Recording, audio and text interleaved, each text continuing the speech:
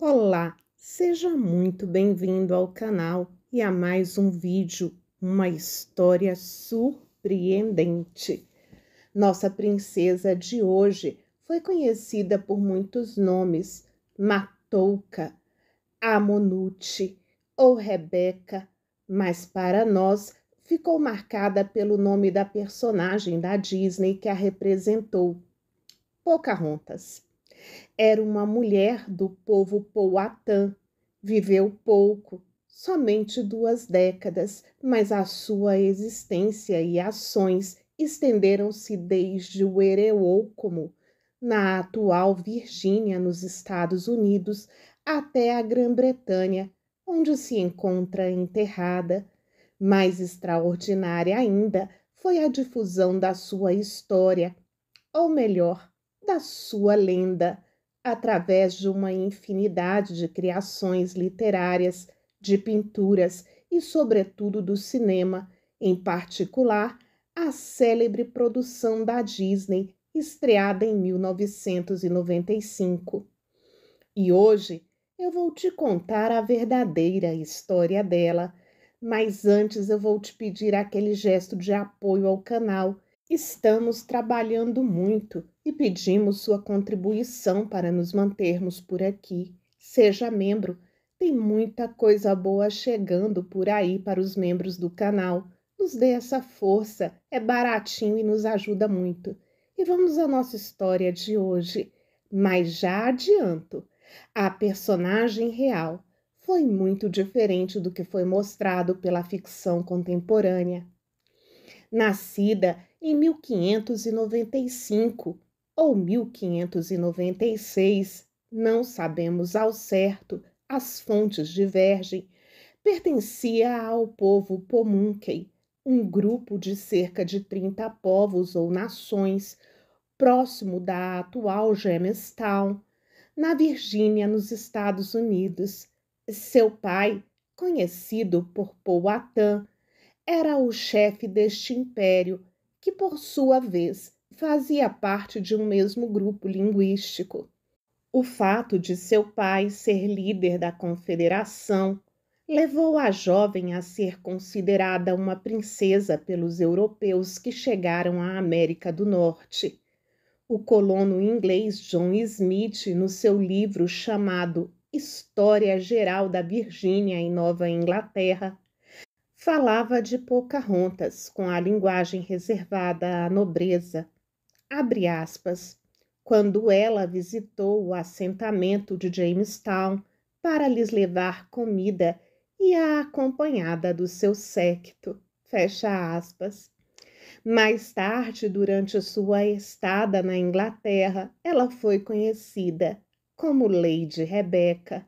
Essa qualificação não corresponde à realidade da organização social e política dos povos ameríndios, mas era o que os europeus conseguiam entender, segundo suas próprias concepções sociais.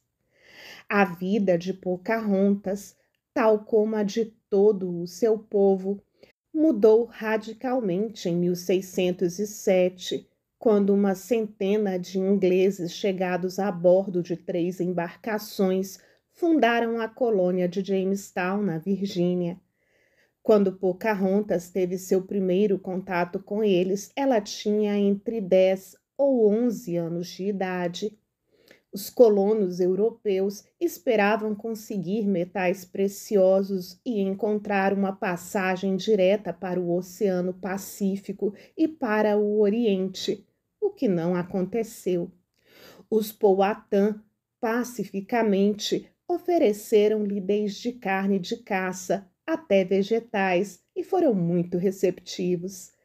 Pocahontas se tornou amiga dos colonos e os visitava frequentemente nas suas instalações, onde levava alimentos para eles. Ela tinha muito interesse em aprender inglês e, sempre que podia, trazia consigo presentes de seu pai para ajudar os colonos. A chegada de produtos europeus era uma boa forma de diversificar a rede comercial desse povo e de não depender mais economicamente dos adversários. Nesse sentido, pode-se afirmar que os colonos virginianos e os Powhatan tinham motivos para estabelecer relações comerciais. Como filha do grande chefe Powhatan, a nossa princesa lidava com os colonos que queriam se estabelecer no território do seu povo. As mulheres da sociedade Powhatan, tal como em muitos grupos matriarcais, tinham um papel de destaque. Elas podiam ser chefes e eram consideradas fonte de sabedoria e autoridade em múltiplos aspectos. Isso explica o protagonismo de Pocahontas nas relações do seu povo com os ingleses. Os Powhatan esperavam reciprocidade por parte dos europeus, que, embora tenham aceitado a comida que lhes era oferecida, não tinham para oferecer o que esses povos desejavam, especialmente o cobre, que eles usavam para construir ferramentas de caça. Pocahontas foi testemunha da deteriorização das relações entre o seu povo e os colonos. É muito provável que tenha também participado da negociação do tratado pela parte de Powhatan. Acompanhou o pai em duas perigosas missões pacifistas para defender os interesses do seu povo. É evidente que os Powhatan valorizavam a filha do seu líder e que confiavam nela, já que foi encarregada das negociações pela libertação de prisioneiros e pela manutenção das relações pacíficas entre o seu povo e os colonos, através da partilha de alimentos.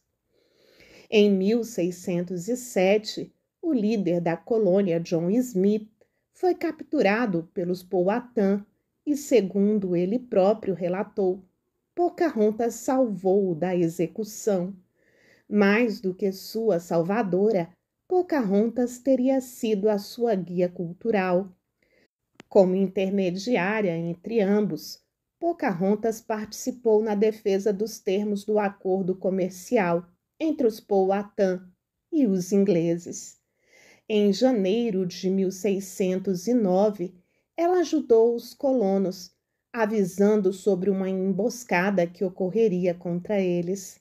Mas os Powhatan declararam guerra aos recém-chegados entre 1610 e 1614. Ela própria empunhou armas e saqueou povoados ingleses. Durante a primavera de 1613, Sir Samuel Argall a fez prisioneira. Para realizar isso, fez uma parceria com Japazeus, o chefe da tribo Potawatomi, que vivia próximo ao rio Potomac, onde Pocahontas costumava se banhar. Japazeus e sua esposa atraíram Pocahontas para o navio de Argall, onde ele a manteve prisioneira. Uma parte das fontes relata que durante o seu cativeiro ela foi bem tratada com cortesia, e acabou se convertendo ao cristianismo e alterando o seu nome para Rebeca. Foi precisamente o desempenho dessa função de conciliador entre os dois mundos que deu lugar ao famoso episódio do casamento de Pocahontas e John Rolfe, um dos principais colonos de Jamestown, em 1613. Não se sabe se ela o fez de livre vontade, aceitando a proposta sincera de Rolfe, ou se pelo contrário foi forçada. Afinal, o amor é um critério europeu e moderno de matrimônio, e o componente romântico só surgiu nos últimos 2 séculos. Seu casamento, que ocorreu em abril de 1614, trouxe paz entre os ingleses e os nativos americanos.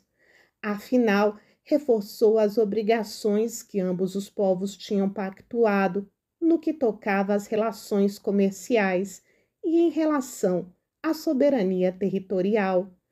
Não é casualidade, portanto, que sua união ficasse conhecida por Trégua de Pocahontas, fruto do casamento com Rolfe em 1615. Pocahontas teve um filho chamado Tomás e, em seguida, foi para a Inglaterra, juntamente com o marido. Ali, visitou distintas cidades, assistindo a recepções e funções teatrais, e foi transformada num espetáculo para o público britânico. Muitos jornais passaram a chamar o público para conhecer a moça tão exótica. Não existem artigos sobre Rolfe nem sobre o filho de ambos, mas alguns fazem referência ao exotismo de Pocahontas como uma índia ou uma selvagem casada com um plebeu, o que espantava e escandalizava a sociedade. Pocahontas, tal como seu casamento com o colono John Rolfe e o seu filho, foram um símbolo de êxito da colonização inglesa. Embora lidasse com os ingleses, ela não deixava de lembrar as obrigações que ela acreditava que tinha, tentando usufruir de algum poder sobre a colônia virginiana. Muito mais tarde, John Smith recordou que, quando a encontrou numa recepção, ela contou quão feias foram as promessas quebradas pelos colonos e rogou-lhe que obrigasse o seu povo a cumprir os acordos. Durante os preparativos para voltar à sua casa, Pocahontas acabou adoecendo de alguma doença pulmonar que acabou piorando antes que seu navio deixasse o rio Tâmisa. Ela faleceu aos 21 anos e foi enterrada em solo britânico em 21 de março de 1617.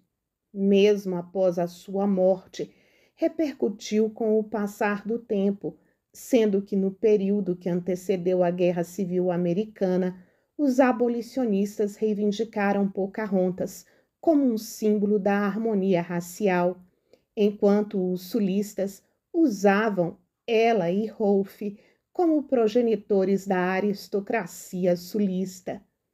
Aqui, compilei somente as informações que encontrei com mais coesão, mas nesse tipo de história há sempre muitas versões e pouca documentação. E você? O que achou da história? Já sabe que aqui nesse canal a conclusão é você quem faz, é por sua conta. Então, te aguardo nos comentários para saber a sua opinião, as suas sugestões e os seus acréscimos ao vídeo. Muito obrigada pela sua companhia.